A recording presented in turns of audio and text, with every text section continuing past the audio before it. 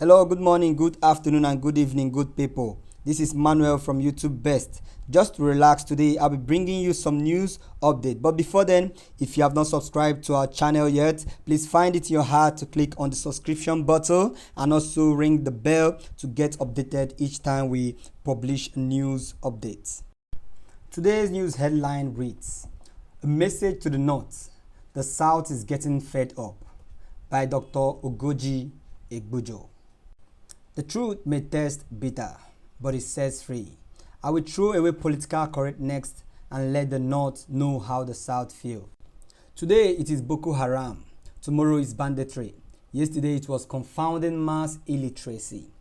Family resources being wasted fighting useless fires. The truth is, the South increasingly sees the North like slothful, temperamental brothers that have stubbornly refused to go to school and has begun to keep the company of bad gangs. So the North isn't just a laid-back family black sheep. It is now the sort of black sheep that brings in wolves and troubles to the impoverished family. And nothing rankles the South more than the fact that the North seems utterly oblivious of its predicaments and their toll on the fortunes and the future of the family. If the North understands the magnitude of its problem, its leaders will weep every day. The South would want his brother the North to take out time and do some sober reflection in a Pan-Arewa village meeting. Their emirs, their generals, their billionaires, their Islamic clerics, so that the North can ask himself soul-searching questions about how he came to such a sorry past. Nothing irritates the South more than the fact that the South sees the North every day chasing political shadows instead of chasing its children to school, instead of taking care of every increasing number of young pregnant women. The South is amused when he watched the North occupy himself chasing population numbers, disfiguring meritocracy with the quota system, and resisting power devotion instead of taking practical steps to save his children from poverty and illiteracy. Yes, this is how the South feels. I know the North have things to tell the South too. It's normal, but this is exactly how the South feels. The South is not an angel, and the South is not without its own conspicuous sin. But the South can't understand why a brother beset with so many crippling, self-inflicted wounds could yet be so aloof, so arrogant, and enamored of frivolity. This is the North in the eyes of the South today. The picture of a backward brother in a poor family. The picture of a fat family liability. I promise to tell the truth, the whole truth, and nothing but the truth. There is a feeling of disgust that sees a brother when his own brother's prodigal shortcoming and recklessness threatens to plunge the entire family into turmoil and shame. It solidifies into repugnance when rather than face his own problems. Perhaps that brother takes more interest in claiming first sonship and talking about how his own brother had lost respect for him. And whereas rebuking sympathizers harshly who reminds him about groundnut pyramids and how he was once a prosperous one. The truth is the South has logs in its own eyes. The South might even suffer from bigotry, but it is indisputable that the brother's slothfulness poses a more immediate calamity to the family. The South wants the North to sit up and seize up. Stop breeding the way our great-grandparents ignorantly did when there was little or nothing to do than just marry and have children. The extended family lacked the resources to feed 100 million children, and our neighbors mock when our scrawly children go plates in hand begging for food. The South wants the North to note how Fareed Zakari painted Nigeria in the glorious light a couple days ago. Nigeria has more percentage of PhD holders in America than China and the UK.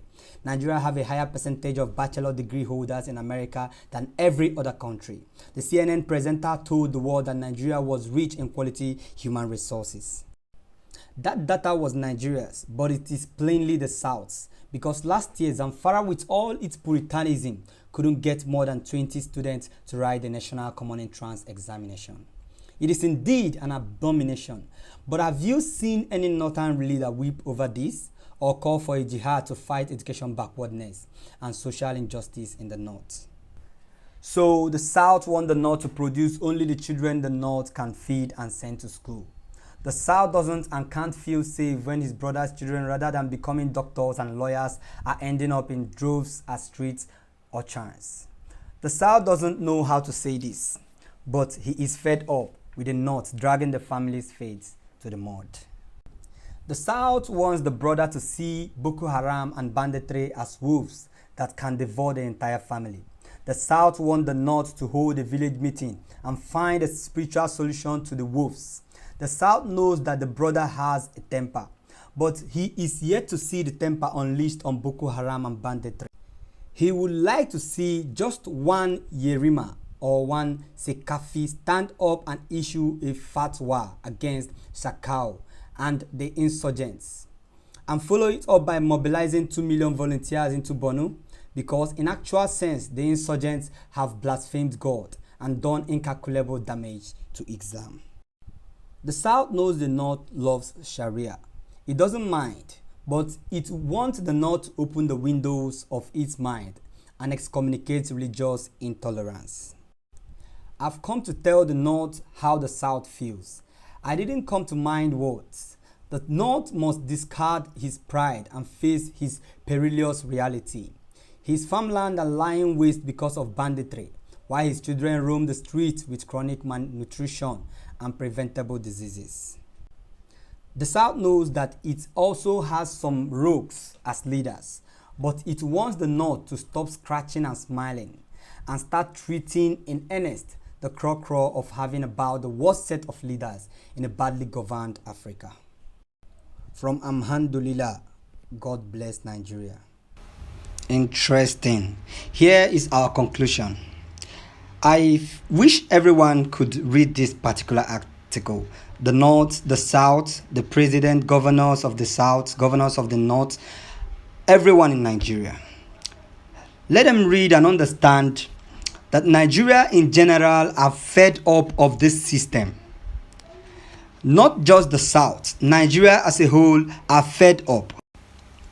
If you look closely, you will understand that what the North is struggling for is totally different from what the South is struggling for. Okay, now, at the end of every 4 years, you understand that it seems as if a button is being pressed, an aggressive button is pressed on the North. They automatically becomes aggressive. They become protective of that seat as though it was their birthright. Okay, now, the place I live some time ago, at the verge of election, before the election, you see all Northerners have started traveling back to their place. What are they struggling for? Is that the need for the population? Is that why they keep having children here and there? Talking about malnutrition, I pity those children sometimes. Some time ago, last week, I watched a clip on YouTube and I saw a group of lined up children looking very haggard under the sun. About 2,000 children, even before the camera could get from the back to the beginning of the gate where they were begging for food. It was about 10 minutes. And I was asking myself, who gave birth to the children? Where are the parents? Now, if it is for election, that's the reason why they were given birth to, then why not take care of them? Okay, why keeping them in the streets so hungry? Some of them, I think that's why they grew aggressive from childbirth. So when they come up to see children of other ethnic region looking so good or plumpy educated, why wouldn't they feel aggressive? If you are using these children to manipulate your counts of votes or to do one or two things to get over, I think someday these children might also rise against you. Now back to the topic. If actually the South is the brother to the North and Nigeria is a family, I think there is a time in a family line where brothers go their way. Yes, I think it's time for Nigeria to get separated because they are done enough to become family. When two grown-ups are in a family and they don't want to get married and go their own way, they will keep having troubles and problems like this, which I think is still the same problem Nigeria is. Nigeria is too huge a country to be managed by just one person who don't have the interest of the people in his heart. Since unity was employed through the amalgamation by our colonial leaders, I think unity have done its job and it's time for unity to go have some rest. Unity is fed up of the country Nigeria. So I think it's time for us to go our own separate ways. Thanks for listening. Remember to like, share, and also drop your comment in the comment section below. Once again, this is Manuel from YouTube Best.